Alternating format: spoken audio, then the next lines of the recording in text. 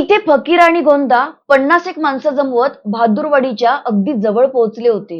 साधू, सावळा, पिरा, मुरा, बळी हे सगळे त्यात होते. इतक्यात तिथे आकाराम आला. गोंदाने त्याला सत्तू कुठे आहे म्हणून विचारले. आकाराम म्हणाला, सत्तूला मळीला पाणवठ्याच्या वरच्या शिवरात बांधून ठेवले आहे. उमाच्या तालुक्याला खबर द्यायला निघालेल्या माणसाला आम्ही पकडले आहे आणि आता मळीला सुद्धा वेढा दिला आहे. हे ऐकून फकीरा खुश झाला. शाब्बास असे म्हणत त्याने घोड्याला टाच मारली आणि ते सगळे पांदीने मळीकडे निघाले. ते सगळे नदीकाठी आले. फकीराने तिथे त्याच्या घोड्याला बांधून ठेवले. सावळा आणि बळीने भुई होऊन दिवटी घेऊन नदीने वर जायचे आणि बाकीच्या लोकांनी जिथे सत्तू आहे तिथे आवाज न करता जायचे आणि उमा चौगुल्याच्या लोकांचं लक्ष त्या दिवट्यांकडे वळताच बाकीच्यांनी हल्ला चढवायचा. असा सगळा बेत करून सगळे आपापल्या मार्गाने निघाले. इथे जसजशी रात्र संपत होती तस तसा उमा उतावळा होत होता.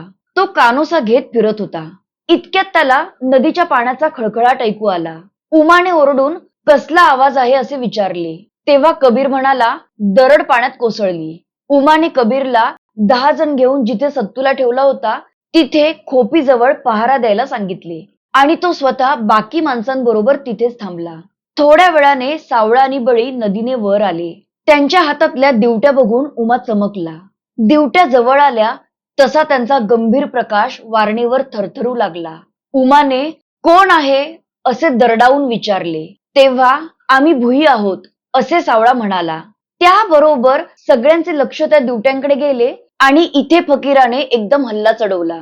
एकच दंगल उडाली. धडाधड माणसे कोसळू लागली. फकीरा खोपीकडे धावला तसा त्याच्या मागे उमाही धावला. ते पाहून मुराने लगेच उमावर झडप घातली. इथे फकीराने खोपीत जाऊन सत्तूचे दोर कापून त्याला मोकळे केले. आकारामने सत्तूला एक कुऱ्हाड दिली. सत्तू रागातच उमाला मारायला निघाला, पण तोपर्यंत मुराने त्याला जखमी केले होते. दादा पाटील पायाला कुऱ्हाड लागल्याने लंगडत माघार घेत होता. सत्तू सुटल्याचे जेव्हा सगळ्यांना कळले तेव्हा एकच पळापळ सुरू झाली. उमा आणि दादा यांनी स्वतःचा जीव वाचवण्यासाठी नदीत उड्या मारल्या. उमाची माणसे जिथून वाट मिळेल तिथून पळून गेली. रात्री पळत्याचा पाठलाग करू नये म्हणून फकीराने आपली माणसे एकत्र केली. दंगल शांत झाली. फकीर आणि सत्तू दोघे होते म्हणूनच उमा पळाला, नाहीतर त्याने कहरच केला असता याची सर्वांना कल्पना होती. सत्तूने हातातली कुऱ्हाड टाकून फकीराला मिठी मारली. म्हणाला, नाईक तुम्ही आलात म्हणून हा सत्तू वाचला. तुम्ही माझ्यावर खूप मोठे उपकार केले आहेत. आता एकच विनंती आहे, मला सुद्धा तुमच्या मदतीला येण्याची संधी द्या. मी धावत येईन. एवढेच नाही तर ही वारणाच वळवून तुमच्याकडे आणीन असे वारणेकडे बोट दाखवून तो म्हणाला. फकीरा काहीच बोलला नाही. त्याने सत्तूला मिठी मारली आणि ते सगळे नांदगावच्या दिशेने चालू लागले. ते नांदगाव जवळ पोहोचले तेव्हा पहाट झाली होती. सत्तू आणि फकीराने एकमेकांचा निरोप घेतला. फकीरा त्याच्या शुभ्र घोड्यावर बसून पश्चिमेकडे निघाला. घरी निघालेल्या फकीराची पाठमोरी आकृती पाहत सत्तू उभा होता.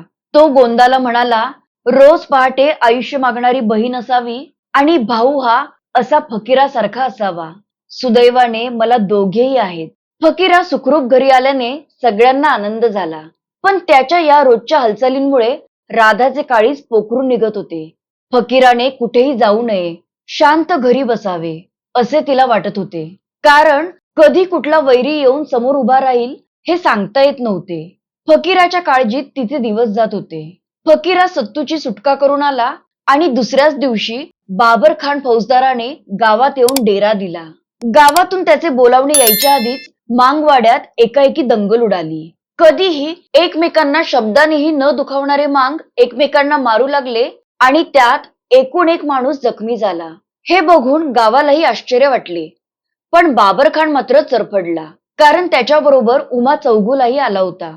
फकीरानेच सत्तूची सुटका केली असून काल मळीला झालेल्या दंगलीत एकूण एक माणूस जखमी झाल्याचे उमाने बाबर खानला सांगितले होते. त्या सर्व माणसांच्या जखमा बघण्यासाठीच बाबर खान आला होता.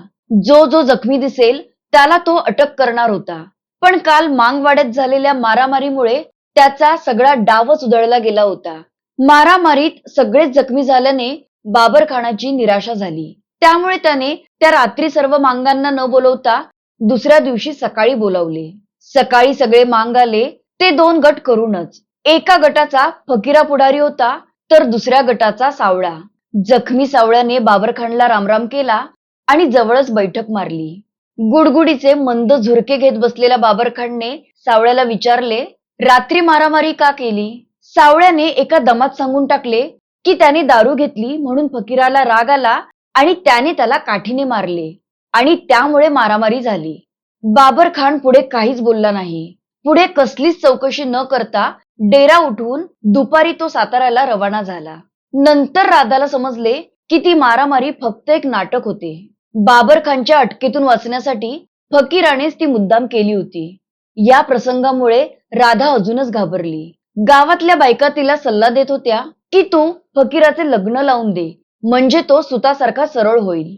पण राधाला ते पटत नव्हते. फकीरा त्याच्या बापासारखाच आहे, त्यामुळे त्याचे लग्न झाले काय आणि न झाले काय, तो त्याला जे करायचे तेच करणार हे राधाला माहित होते. असेच 15 दिवस गेले आणि एके दिवशी चिंचणीकर पिराजी राधाला त्याच्या घरी घेऊन जाण्यासाठी आला. गेली 12 वर्ष राधा वाटेगाव सोडून कुठेच गेली नसल्याने पिरा म्हणाला, अक्का, एकदा चिंचणीला चल आणि 4 दिवस राहून परत ये. आधी राधा तयार नव्हती, पण पिराने खूपच आग्रह केल्याने ती चिंचणीला गेली. जाताना राहीला सुद्धा बरोबर घेऊन गेली. सह्याद्रीच्या कुशीत वसलेल्या चिंचणीत अगदी डोंगराच्या पायथ्याला परबती मांगाचे घर होते. त्यात 60 वर्षाचा म्हातारा परबती, त्याची म्हातारी, मुलगा पिराजी, मुलगी सरूबाई, सून आणि नातू असे 6 जण राहत होते. 2 दिवसातच राधाची आणि नुकत्याच वयात आलेल्या सरूबाईची चांगली ओळख झाली. फकीराची आई म्हणून राधाला तिथे खूप आदराने वागवले जात होते. सरूबाईचा गोड स्वभाव, रंगरूप राधाला खूप आवडले. फकीराचे सरूशी लग्न लावून दिले. तो संसाराला लागला तर गावातल्या बायका म्हणतात तसा फकीरा बदलेल सुद्धा, असे राधाच्या मनात आले. लगेच राधाने पिराजीला एका बाजूला नेऊन तिच्या मनातला विचार सांगितला. पिराने नाही म्हणण्याचा प्रश्नच येत नव्हता. राधाने फकीरासाठी आपल्या बहिणीला मागणी घातल्यामुळे तो खुश झाला. राधा आणि राहीचा आनंद गगनात मावेनासा झाला. आणि जेव्हा ही गोष्ट परबती आणि इतरांना समजली तेव्हा सर्वांचे चेहरे आनंदाने उजळून निघाले. सरू लाजून चूर झाली. फकीराचे लग्न ठरवून राधा वाटेगावला परतली आणि लग्नाची तयारी सुरू झाली. बघता बघता कार्तिकी पौर्णिमा आली. सगळीकडे तुळशीची लग्न लागली. लग्न सराई सुरू झाली आणि पहिलीच तिथी धरून राधाने फकीर आणि सरूचे लग्न लावून दिले. अख्खा गाव लग्नाला राधाच्या दारात जमला होता. सत्तू इंग्रजी लष्कराला हुलकावण्या देत स्वतः 200 माणसांसह लग्नाला आला होता. सावळा मुख्य कारभारी होता, तर घमांडी, मुरा, बळी, साधू ही मंडळी आलेल्या पाहुण्यांचे आदरातिथ्य करत होती. स्वतः विष्णुपंत, शंकरराव या मोठ्या माणसांनी देखरेख केली आणि त्यावेळी प्रत्येकाच्या डोळ्यांपुढे माळाने गबऱ्याला घेऊन दौडत येणारा राणूजी तरळला. आजूबाजूच्या 20 गावात झाले नसेल असे थाटामाटात फकीराचे लग्न झाले. लग्नानंतर कार्तिक महिन्यापासून वैशाखापर्यंत 6 महिने फकीरा घर सोडून कुठेही गेला नव्हता. राधाला मोठी काळजी मिटल्यासारखे वाटले.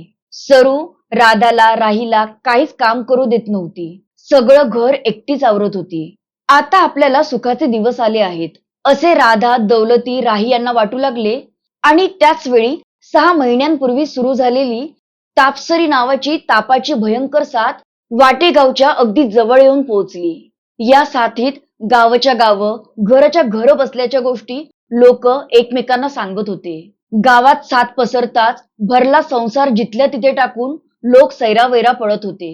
100त फक्त 10 माणसे कशीबशी वाचत होती. या भयंकर साथीची बातमी ऐकून राधा, दौलती, राहीबाई सगळेच घाबरले. या साथीच्या भयंकर भीतीत माणूस कसा तरी तग धरून जगत होता, पण त्यातच दुसऱ्या तितक्याच भयंकर संकटाने माणसांवर आक्रमण केले.